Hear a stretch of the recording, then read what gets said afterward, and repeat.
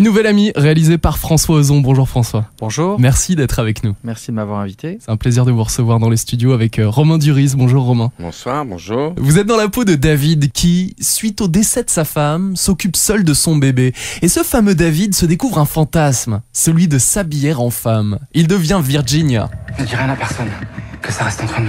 Je sais pas.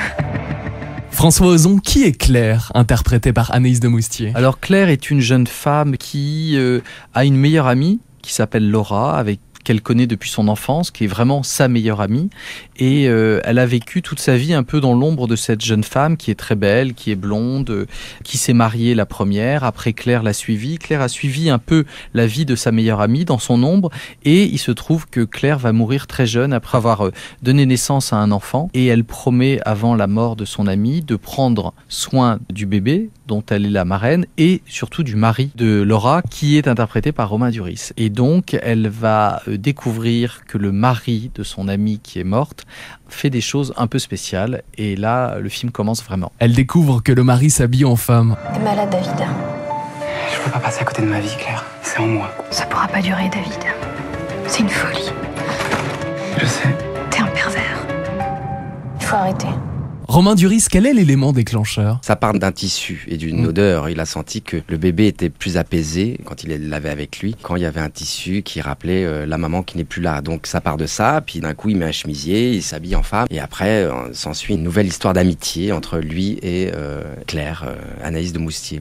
Romain Duris, avant ce film, vous êtes-vous déjà déguisé en femme? J'ai une grande sœur qui faisait des essais sur moi quand C'est vrai? j'étais petit. Voilà. Vous avez des photos? J'ai aucune photo. Ah bon. Et c'est très personnel, mais c'était vraiment du pur plaisir et que j'ai retrouvé là, parce que ce qui est fou pour nous acteurs, c'est que c'est vrai que c'est une façon de se transformer. Enfin, le changement est assez radical, mais en même temps, on a des scènes, des choses à jouer qui sont très quotidiennes et réelles et concrètes. Du coup, on a un peu l'impression d'être un super-héros, quoi. Enfin, un truc assez magique. La femme qu'on a essayé de dessiner, c'est vrai, avait une image au départ peut-être plus maternelle qu'une biatch, quoi. Une quoi? Donc une femme, je sais pas comment on dit. Une femme Mais qu'est-ce que c'est une biatch? Je sais pas ce que Je vous c'est. laisse expliquer, Romain. Non, je te raconte. Ah bon, d'accord. C'est du langage de jeune. Elle est charmante, non? Elle a une très jolie robe, c'est vrai.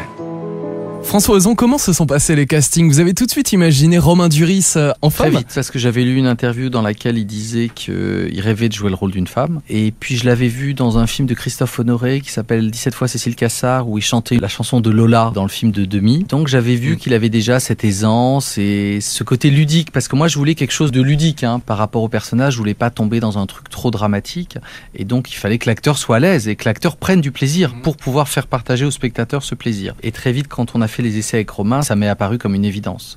Enfin, qu'il était vraiment fait pour ce rôle et qu'on allait prendre du plaisir ensemble et qu'il allait réussir à en transmettre. Romain, faire du shopping dans un grand centre commercial en femme. Ouais, c'était magique. C'était magique, ouais. C'était magique parce que... Surtout qu'il n'y avait pas de figurants, c'était des vraies personnes qui faisaient leur shopping.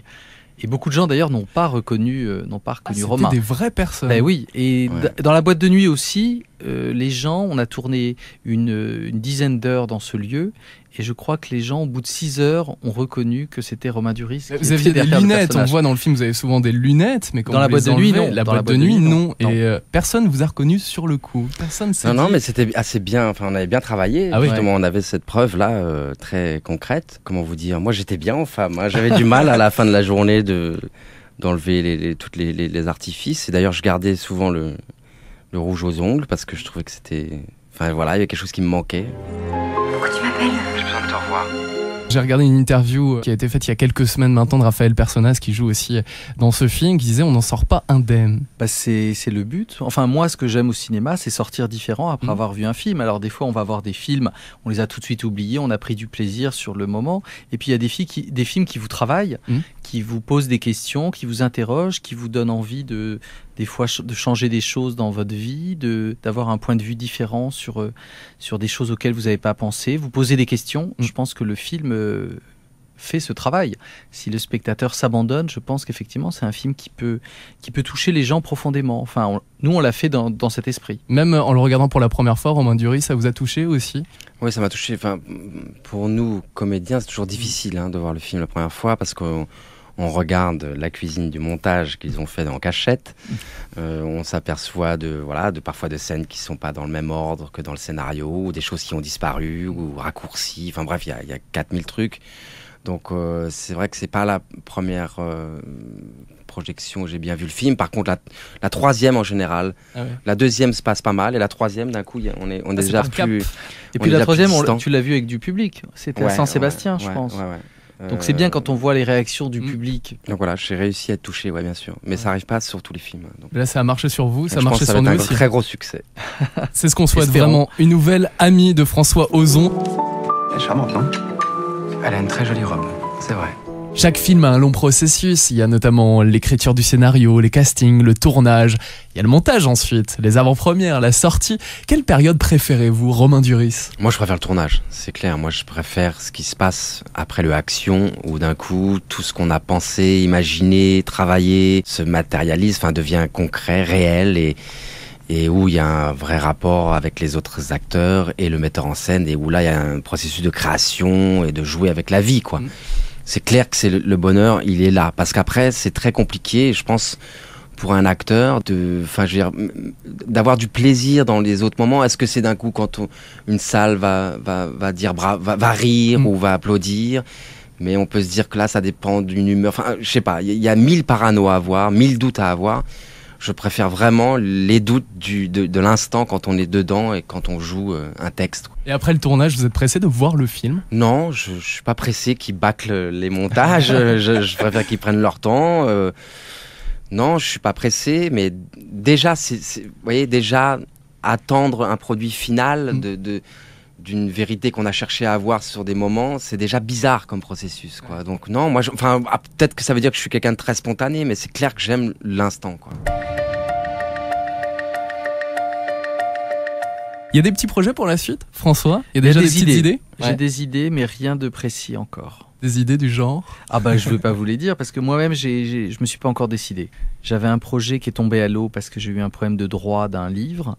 Voilà, là j'attends un peu la fin de la promo d'une nouvelle amie pour me consacrer au prochain film. Faut combien de temps à peu près pour se consacrer à un autre projet après la sortie d'un film? En général, ça va assez vite. Ouais. Je rebondis vite, donc j'ai envie de passer à autre chose, et en général, ça va assez vite. Romain Duris, des projets pour la suite?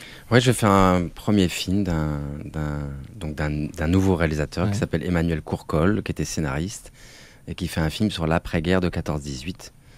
Voilà, comment la difficulté de tous ces hommes de revenir à la réalité après la guerre, quoi. Vous avez une idée de votre rôle, je suppose? Mon rôle, il fuit en Afrique pendon 4-5 ans, c'est d'où la barbe, parce que d'un coup... Oui, Romain Duris est barbu aujourd'hui. Pas dans le film, je rassure. Il se rase très souvent. Pas que la barbe. Et puis dans le film, il va rentrer, voir sa famille, tout ça, donc on voit ce moment particulier, quoi.